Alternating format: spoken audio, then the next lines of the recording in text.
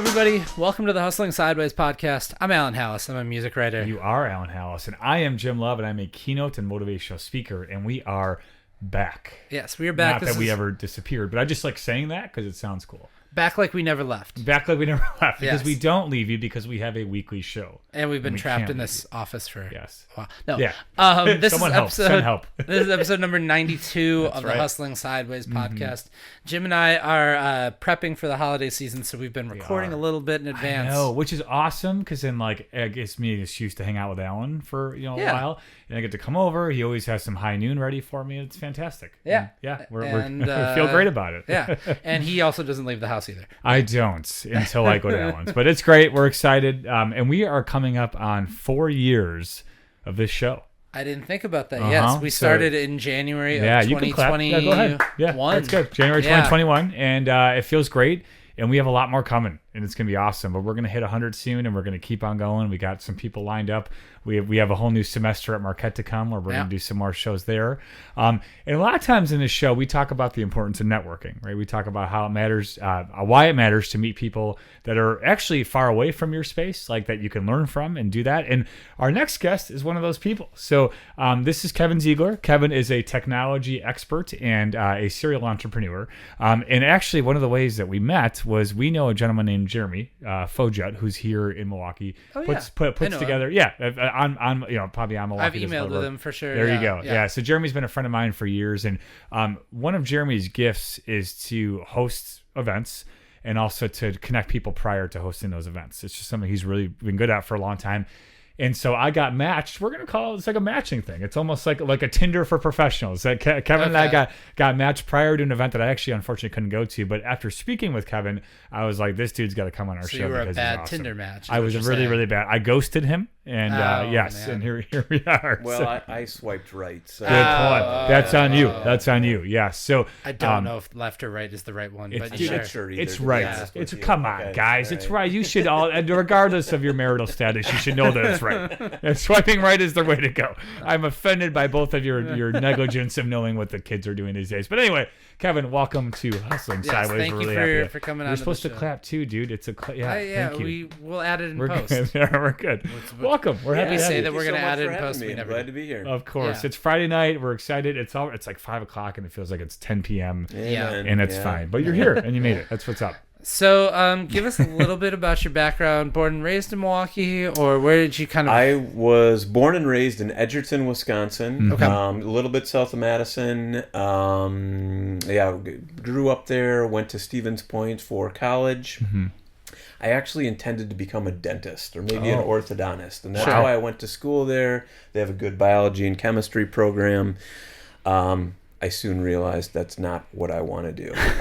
This was in the 90s when IT and software development was absolutely booming. That was the jam. And there was a guy down the hall who convinced me of attending this very easy class. It was a seminar class. All you had to do was show up and get 3 credits for it. It taught you about the infrastructure on campus, and it was fascinating. Much earlier in my life, starting with a Commodore VIC-20, that's where I kind of got my early chops in writing code. That's kind of how I got my early start. What was the moment where you were like, I'm never going to be a dentist? In part, probably looking at my chemistry grades. That helps. Yes, that helps.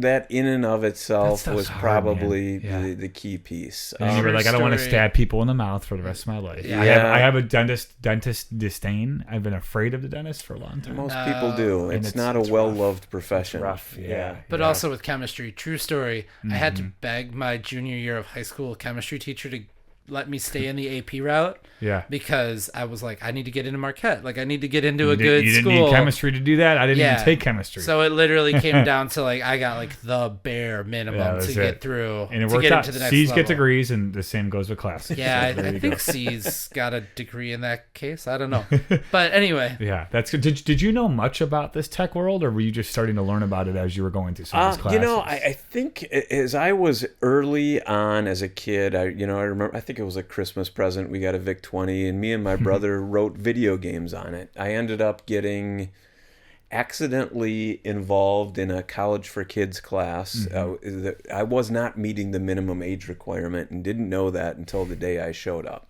Okay.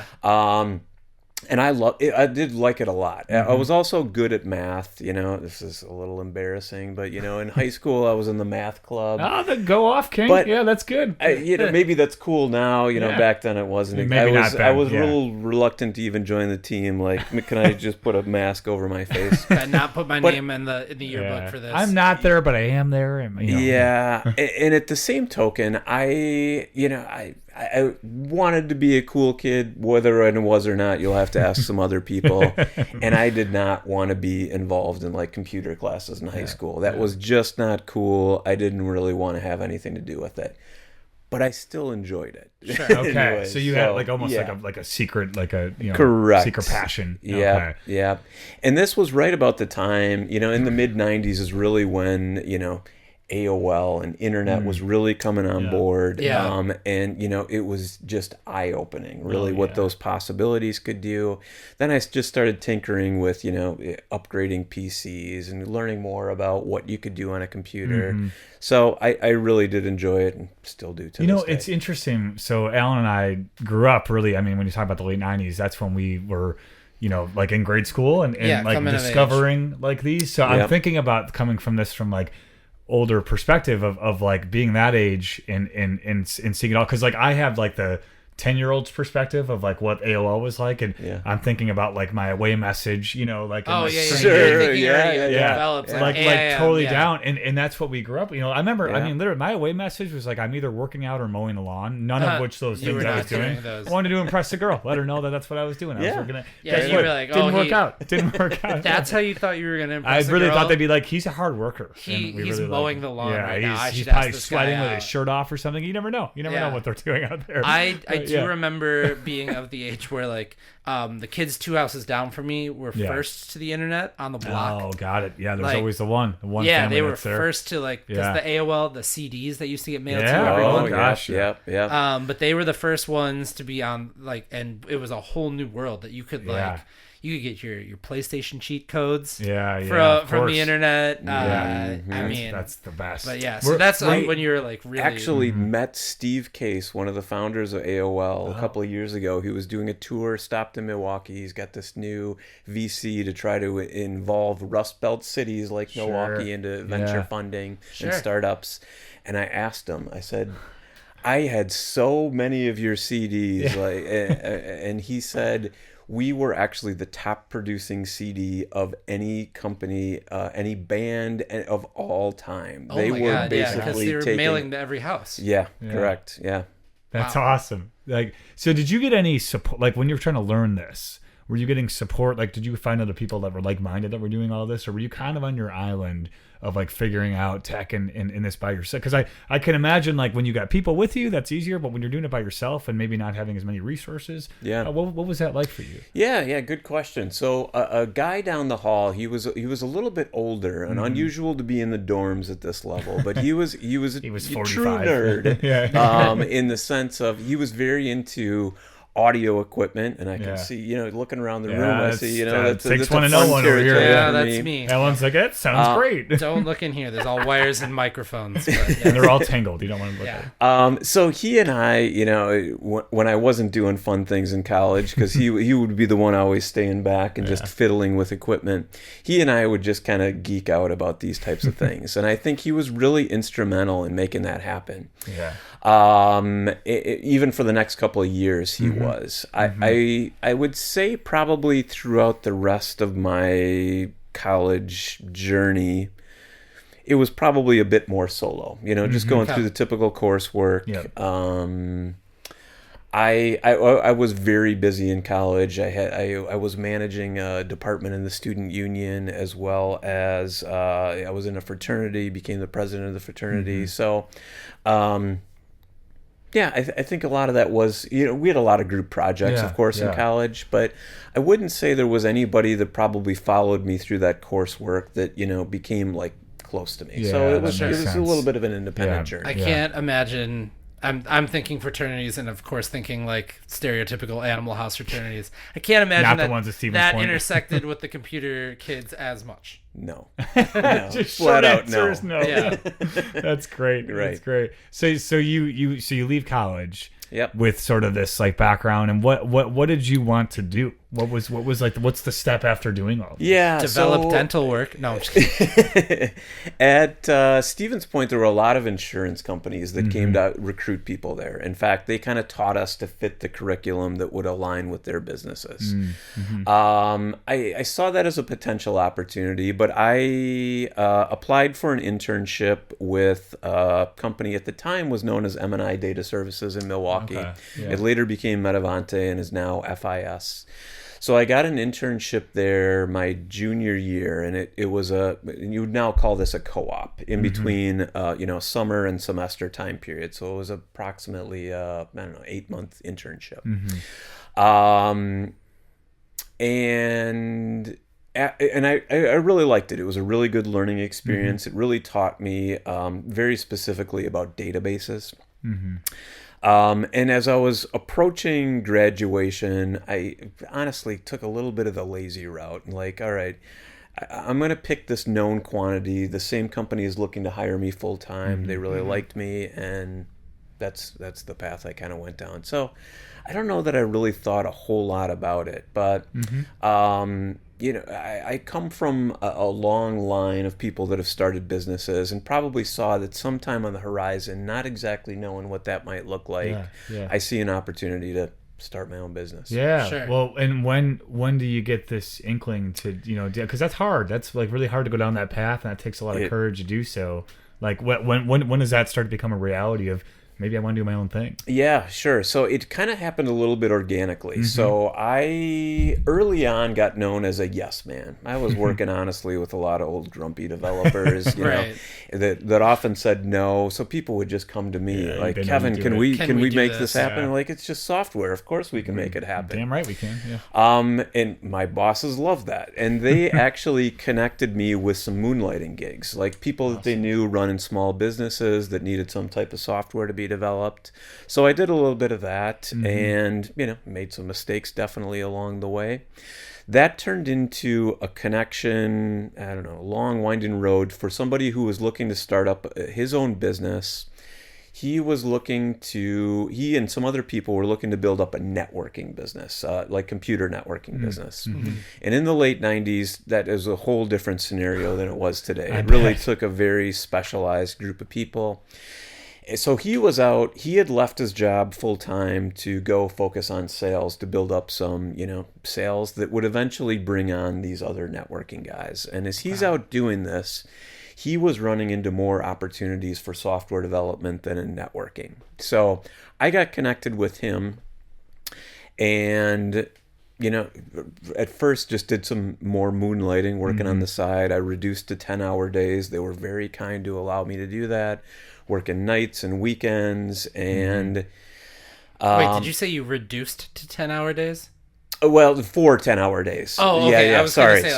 He was working 12. And 1 to 10. No, there was a pretty good work-life balance there. So that allowed me to dedicate a full day to it, weekends, nights, and otherwise. And I think I put in my notice right about middle of December 1999. That's coming up on the new millennium, like that. It was indeed, and that kind of became the Y2K bug, or yes. And in fact, my boss told me, her name was Teresa. She was a terrific person. She said, "Can you stick around a little bit longer, because we don't know what's going to happen." Yeah, that was I such happened a weird to be time. on the Y2K committee. Oh my gosh. We were actually doing some Y2K work to kind of certify some companies. That was some of the opportunities my partner had found. So I think it was middle of January that I ended up leaving. Obviously, as you may know, nothing spoiler alert, dude, don't ruin it for all of us. The world didn't end in 2000. Yeah. But to your point earlier, I remember the day that last day, getting into my car. Before I even left the parking lot, I just had this, oh crap moment. Okay. What am I doing? And I started crying on the way out the door. Yeah. Like, am I really doing It's the right emotional. thing? Yeah, no doubt. No doubt. Yeah, I was at the company for about 2.5 years, so it wasn't exactly like I had been there forever, but it just had this moment of being scared. You know, I didn't have a family or anything else at the time. I was pretty nimble, so I kind of saw an opportunity like, this is a great time to make it happen. And that moment didn't really last. It was just that brief moment that I'll never forget, you know, about to leave, that was kind of scary. And yeah, and because it's like you're going like out on your own, you know, it's almost like you're like leaving like a comfort, like a stability. You're going out to your own island. You have no idea what's going to happen, right? Yeah. And that's tough. And I think like a lot of people, I would imagine, struggle in that moment. Like, how could I get past this? And it's hard. It's hard. I mean, I know I've been in like, you know, a corporate role for a while, and I don't know if I could ever leave it because I like having like that structure. And but like a lot of people don't, you know, so like you go do your own thing, but that takes a lot of courage to do that. I can imagine you felt that way. And so what you know, so you get past that, like, so what are the first couple of days like of getting into this sort of new world that you hadn't done before?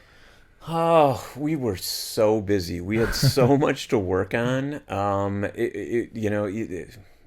My work life didn't really change at that point. It really just, increased because now our clients, okay, now Kevin's doing this full time. Now we can get more out of him.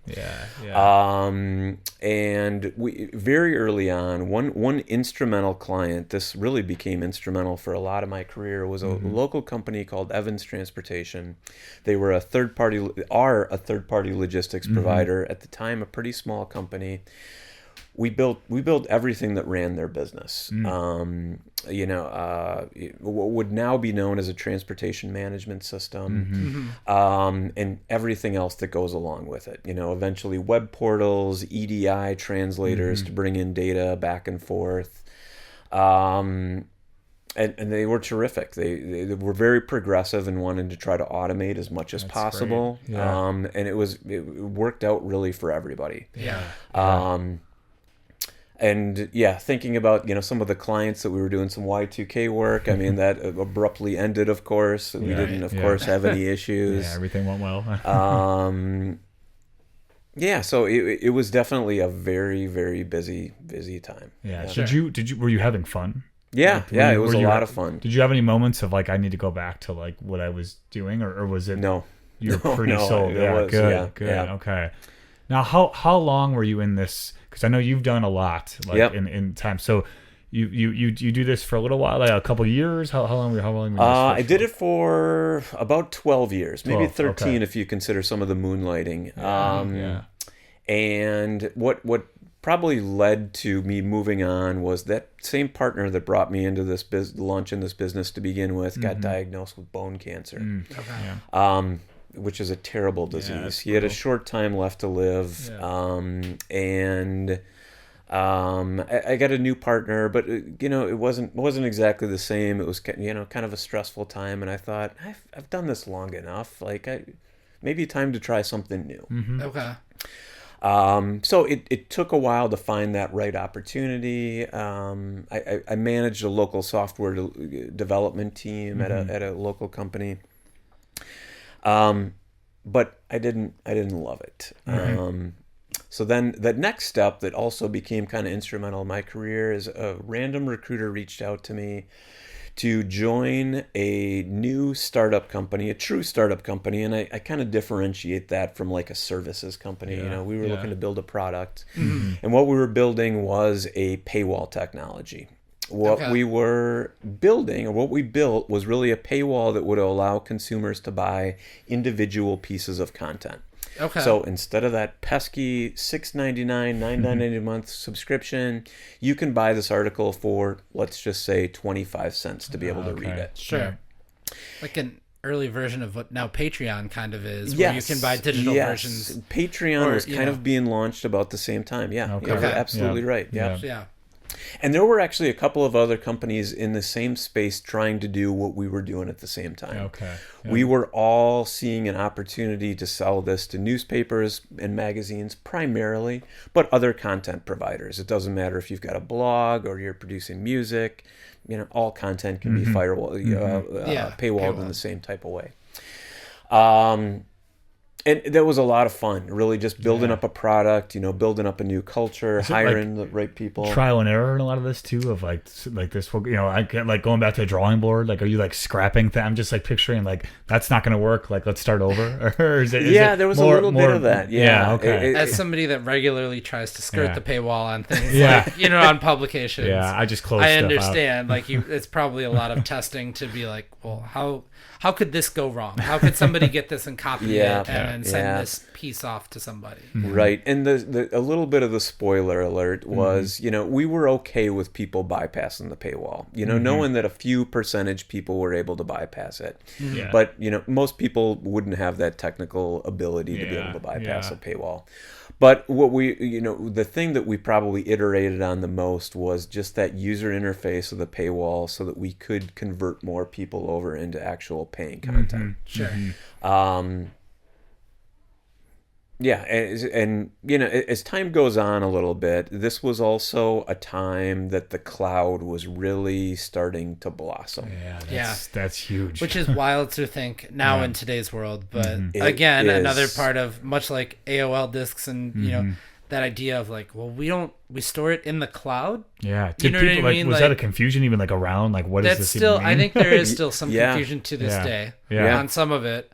But that initial thought of like, so I don't use this wall. It's not right there. Yeah. Of floppy disks and drives and whatever to store all my stuff. Like, it had to be quite a transition.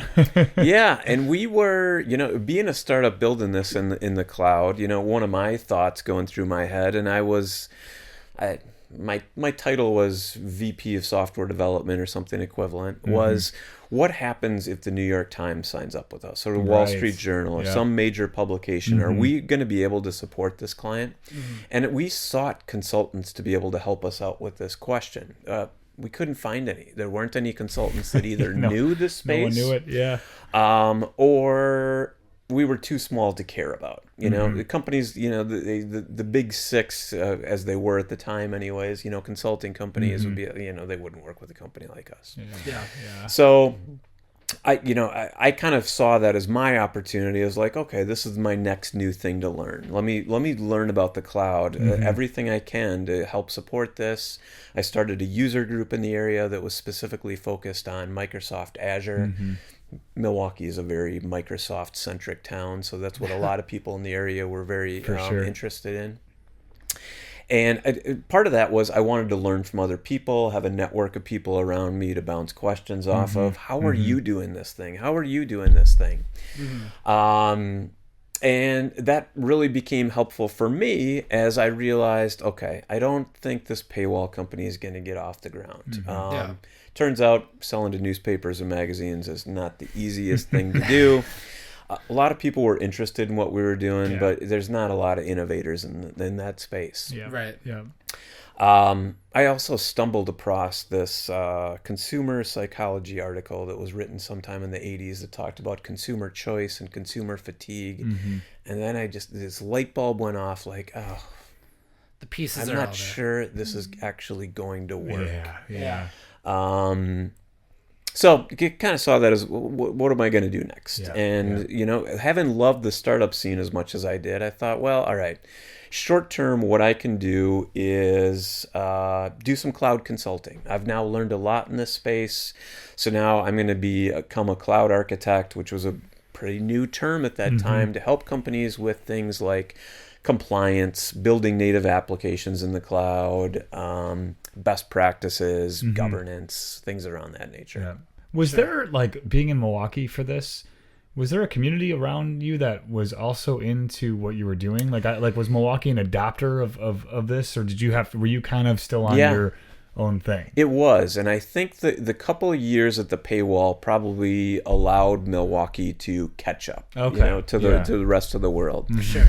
In part, I think forming this Azure user group, we had about 1,000 members. Not necessarily that would show up on a monthly basis, but people that would be on the list invited to meetings. In any given meeting, we might have sometimes 100 people, sometimes 20 people, depending upon what that topic was, where it was located.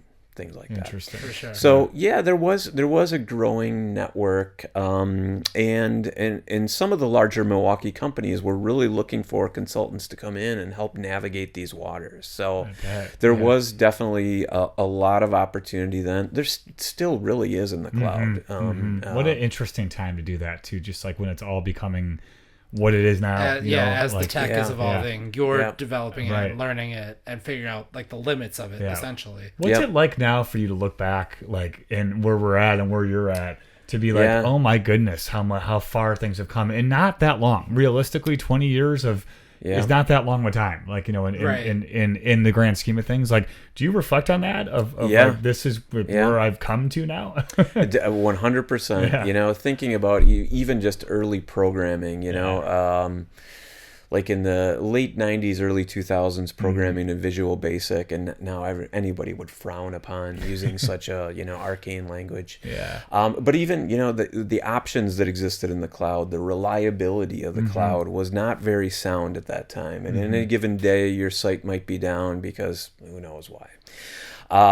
So now, any given cloud provider, Amazon, Google, Microsoft, I mean, all of the options that they offer to people using their platform is incredible. It's like kind of beyond words at sometimes. Like, like I can't believe this is that. And I mean, my brain goes to like what is happening now with AI and everything, where 100%, it's an entirely different language to code in. It's an entirely different system too. This is the real tech nerd side of me getting out for a second, but like it is its own separate set of code and language to develop all of those applications. And some of it's open source, some of it's not.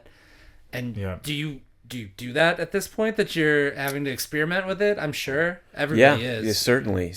And even the open source is a good example of something that's really changed over time. I mean, it's not a new concept. It's existed for a long time.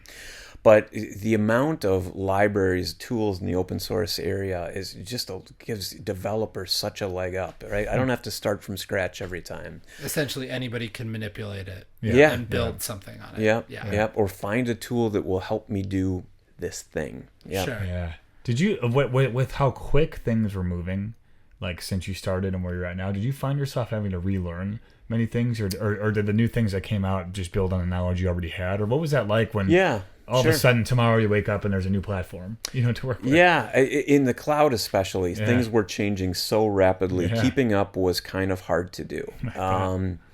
And it was probably about that time that I said, okay, and software development has really progressed so much further. Like, okay, now maybe it's time for me to step back from actually writing applications and code. I'm now going to focus on the cloud things as my tech expertise. But ultimately, what I want to do is, become a CTO at a startup again. Yeah. So is that where things are heading for you or? Yeah. So in between, my next step kind of led me to a company out of Oklahoma, an oil and gas company that was trying to transform how data was being used in that industry. That was a fun experience. They abruptly ran out of money. So, then fill in a little bit more cloud consulting. And that kind of landed me back to, I mentioned Evans Transportation earlier. They're kind of on a second generation of leaders of the company. And the CEO of the company reached out to me in 2021 and said, we are looking to get a new freight tech company off the ground. Would you be interested in that? Because you've got a lot of experience in the cloud with startups in transportation and logistics. Let's make it happen. And of course, that was during, as we all remember, the toilet paper shortages of COVID. And it was a good time to launch a startup. There was investors were piling money into companies like ours at the time. So another fun startup experience. We quickly ramped up.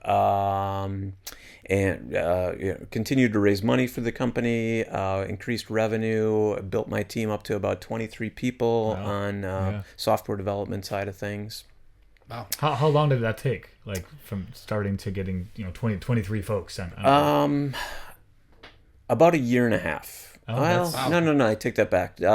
Probably closer to 2 years. Okay. 2 years. Okay. Yeah. But still a lot of onboarding and not a lot of time. Correct. Yeah. I feel like you're focused on like building, and then like it's hard to like get into the daily like world of stuff. Right? Yes. It's got to be a lot. And as I've learned over time, of course, that speed to market becomes so important.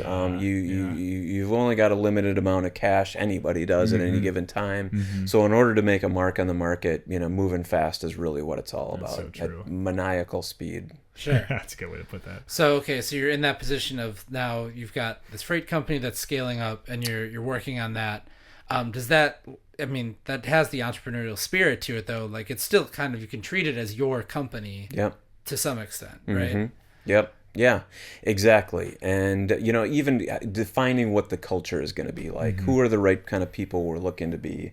Despite being a remote company, it was important for us sometimes in small groups, sometimes as a whole company to get together in person, to have that, the water cooler talks that don't necessarily happen over a Zoom conversation. Right. The game last night, right?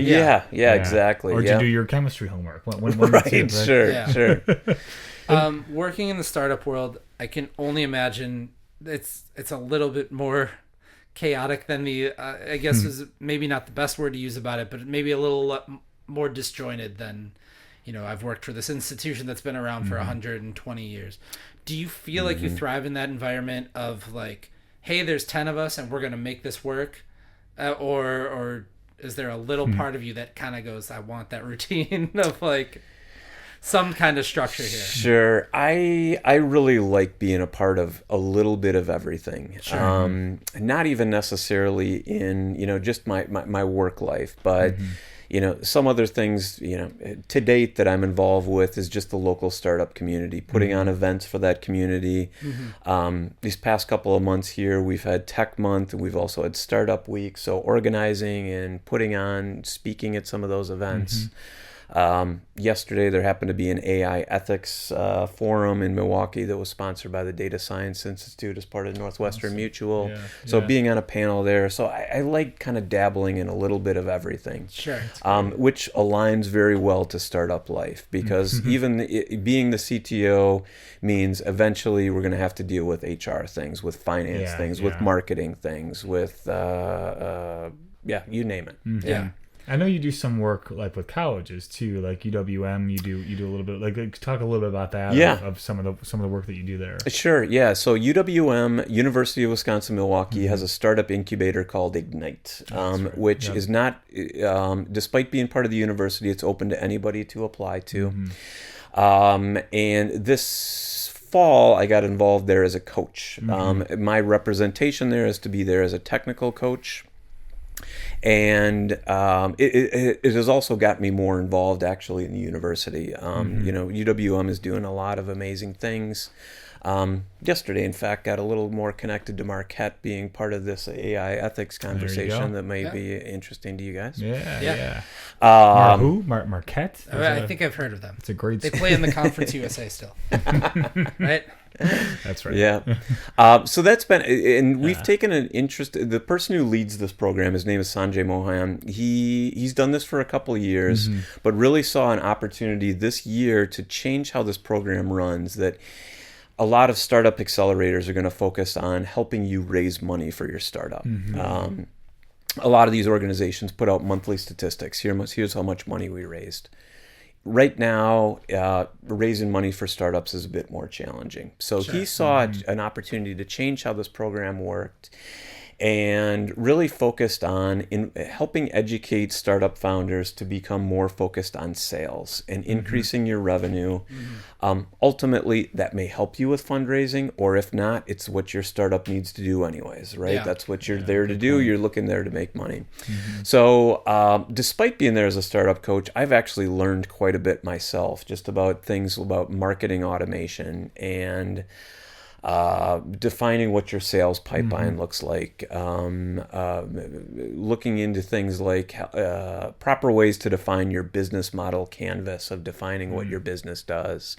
But otherwise, it really has been a lot of fun, seeing the growth of the founders that we've got through this program and learning myself through the process. Yeah, it's kind of similar, like with the Entrepreneurship Hub that we work with at Marquette, just in terms of a lot of like minds getting together and coming up with ideas. Obviously, this is a bit more tech oriented, but just generally like people that can spark something and will ignite, if you will, right? Yeah. Other folks. I think there's a lot of value to that, and something that did not exist when we were in school. I know. We didn't have much, totally. It was not, or if it did exist, it was not to the capability, let's say, of like. It wasn't as cool as what we or like even now. Like mainstream, I mean? People just weren't doing that, and to have a space dedicated to it, and it's cool. It's got to be fun to be a coach of that, and like just watch as these students grow and do it all. Yeah, that's awesome. I can certainly relate to your startup kind of experience of like you have to learn a little bit of everything. So I work for Milwaukee, and we have 10 people. Yeah. And so sometimes you're doing a little bit of everything. Sure. But I run my own music website, and it's me. So sometimes I'm doing everything. You know what I mean? Like, do you ever feel that stress of like, I am stretched in a million places right now? And if so, how do you combat that? Maybe asking for personal advice. Yeah, right. Yeah, asking for a friend. Asking for myself. Sure. Yeah, it definitely happens, especially when you get, pressures from board members, from customers, from... maybe there's problems happening from an employee standpoint. All of these things are always urgent, right? They've got to be addressed immediately. And I've definitely felt those periods of high stress. Just a little bit of a side note, one of the other things that the Ignite Accelerator is helping focus on is actually on mental health for founders. Oh, cool. Knowing that a lot of people that are founders of startups, end up getting burnt out. Yeah. Anxiety and depression are major issues there. So in fact, this past week we had a psychologist come in to kind of talk about those, the things to watch out for, the things to prepare for. Sure. And so now I know maybe some more tools to help out. But I think what I've done in the past is, when some of that really becomes stressful, is really just to focus on, here's my to-do list. Here are the most important things I need to focus on right now. And being able to even just, to what extent possible, delegate any of those other responsibilities that might be, need to either come a little bit later or have people help out with that. And maybe just focus on, a handful of things that I'm going to be working on today, and just be hyper-focused on working on those. Sure. And I think just organizing those and literally writing them down. I have terrible handwriting, but sometimes it feels, putting that check mark next to that thing that got done. Okay, now I've just got 4 left to do. Yeah. Really, I think helps me out in terms of, just handling those high stress moments. Yeah, absolutely. Noted. I will be doing that. Focus on that. Very low tech, easy approach. Yeah. Now, what's coming for you? If you think about the next year or two down the road, where are you headed? What are you excited about? Sure. Yeah. There's a couple of startups I've kind of helped in a part-time capacity as more of a fractional CTO or technology advisory, and I think they have great potential. One is a company that's building a new jobs app. Awesome. To just try to do a better job of connecting open positions with people that are looking for those positions. Swipe right on the positions. Yeah, right. You are exactly right. That's what we are doing. We are trying to make it work like a dating app. I love that. So I need to dig in further. So do you think the Tinder guys ever thought, oh wow, we have just changed the way people make decisions on everything? They probably. Maybe. I mean, those guys are very smart. They're not just like a bunch of buffoons trying to date people. That's true. They're tech guys. They just happen to create an app that people use that way. But that's awesome. Indeed, it is a very elegant solution that Tinder came up with. Yeah, now it's simple, and that's what what you want is what you want. What you don't want is what you don't want. And as perhaps I think jobs are better to focus on people in that sense. But yes, that's good. Yeah. Wow.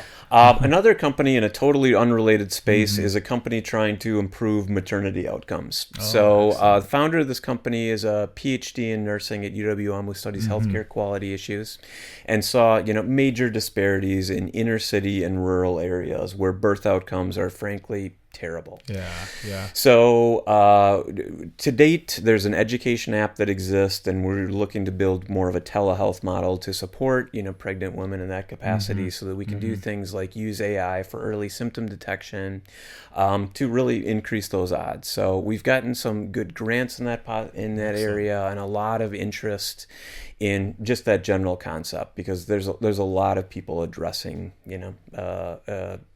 women's health and maternity outcomes. Yeah, the amount of just variety there. I mean, just in those two examples is really cool. I think that's going to be some just awesome things that are coming our way here, particularly too. And I have to say, I don't have a ton of experience in healthcare. I mean, there's definitely it is really incredible how our healthcare system works, the opportunities that exist there. At the same time, the frustrations that exist with legacy systems, and what it takes to bring something to market in that space is not easy. Yeah. Do you can you appreciate that every day feels different? Because I also get that too, where like you never know what you're doing tomorrow for your job. That's got to be a sweet spot for you too, right? Indeed, and I enjoy that. A little bit of chaos. I like it. Yeah. So, awesome. Well, it has been great to talk to you. Yeah, and thank you. I'm excited to see both of these new apps are coming, or applications, as well as I'm sure there's a million other things that you're working on that we don't know Indeed. about. Indeed, I'll come back next year. Yeah, we'll have you back on. That's perfect. Where would be the best place to kind of connect with you and learn more about what you're working on?